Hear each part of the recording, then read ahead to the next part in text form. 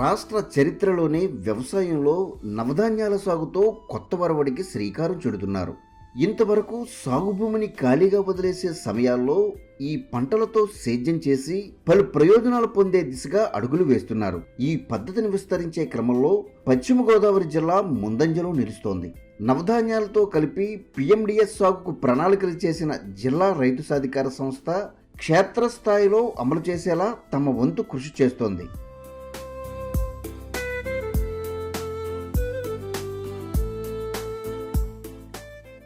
పశ్చిమ గోదావరి జిల్లాలోని 17,000 మంది రైతులు 17,000 ఎకరాల్లో నవధాన్యాల సాగు చేపట్టేందుకు ప్రణాళికలు చేశారు. దీనిలో భాగంగా ఏపీ సామాజిక సహజ వ్యవసాయం ఆధ్వర్యంలో విత్తన కిట్లు పంపిణీ చేసేలా ఏర్పాట్లు చేశారు. దీనిని క్షేత్రస్థాయిలో పగడ్బందీగా అమలు చేసేందుకు జిల్లా స్థాయిలో రైతు సాధికార సంస్థ, వ్యవసాయ శాఖ, జిల్లా గ్రామీణాభివృద్ధి సంస్థ సమన్వయంతో ప్రత్యేక కార్యాచరణ చేశారు. ఇదే తరహాలో మండల గ్రామ స్థాయిల్లో సమావేశాలు నిర్వహించి రైతులకు అవగాహన చేయడమే కాకుండా అమలు చేసేందుకు ప్రత్యేక చర్యలు తీసుకున్నారు.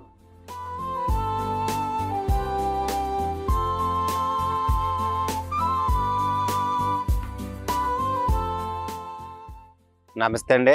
మాది పశ్చిమ గోదావరి జిల్లా పెనుమంట్ర మండలం బట్టలమూడు గ్రామం అండి. మా గ్రామంలో నేను జవజాల నాగరాజు అండి. నేను ఒక 10 ఎకరాల రైతునండి. నేను ఎప్పుడు నవధాన్యాలు 4 సంవత్సరాల నుంచి మేము వేస్తామండి. నవధాన్యాలు వేయటం వల్ల మాకు అన్ని రకాల ఉపయోగాలు అనిపించినాయండి. దీనిలో భాగంగా నవధాన్యాలతో పాటు 30 రకాల విత్తనాలతో చేపట్టే ఈ సాగు నుంచి సమకూరే ప్రయోజనాలపై గ్రామ స్థాయిలో అవగాహన ర్యాలీలు నిర్వహించారు.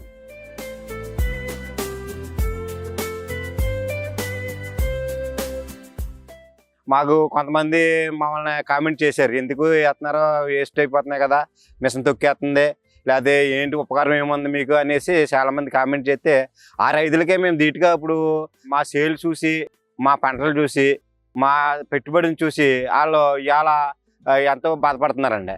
ఈ క్రమంలో సంస్థ యంత్రాంగం నాణ్యమైన విత్తనాలు సమకూర్చడమే కాకుండా 13 కిలోల విత్తనాలను ఒక కిట్టుగా నిర్ధారించి రైతులకు అందించేందుకు ప్రణాళికలు చేశారు. ఈ విధంగా సిద్ధం చేసిన నాణ్యమైన విత్తన కిట్లను రైతు సాధికార సంస్థ జిల్లా మేనేజర్ ఆధ్వర్యంలో పంపిణీకి శ్రీకారం చుట్టారు.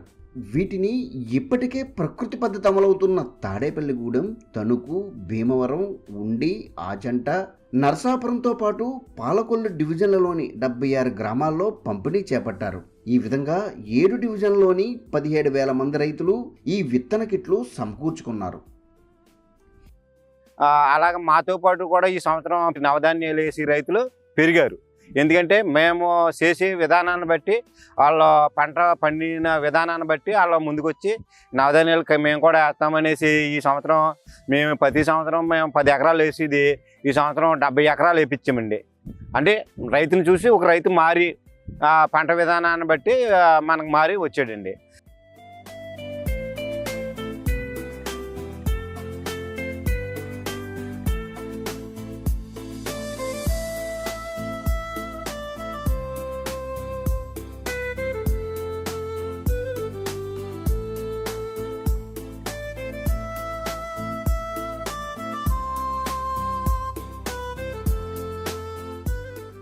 ఈ విధంగా కిట్లు తరహాలో విత్తనాలు సమీకరించుకున్న జిల్లా రైతాంగం రబీ కోతకు 10 రోజులు ముందుగానే పంటలో చల్లుకున్నారు. రబీ కోతలు పూర్తయిన తర్వాత కొనసాగింపుగా సాగు చేస్తున్న ఈ పంటల నుంచి పలు రకాలైన ప్రయోజనాలు పొందేందుకు అవకాశం ఉంటుంది. అదే కాకుండా మా పశువులు ఉన్నాయి. మా ఇంచుమించు 5-6 పశువులు మేము మేపుకుంటామండి. ఆ పశువులకి ఇది దానాగా మనకి ఎక్కువగా మన యాసకాలం పచ్చిమేత ఉండదండి.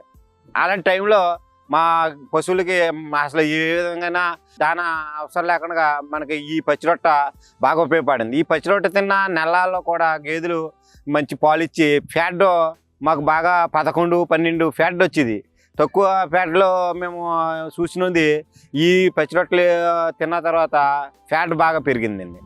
దాని మీద మాకు ఆదాయం కూడా, పశువుల మీద కూడా ఆదాయం మాకు ఇది వచ్చిందండి.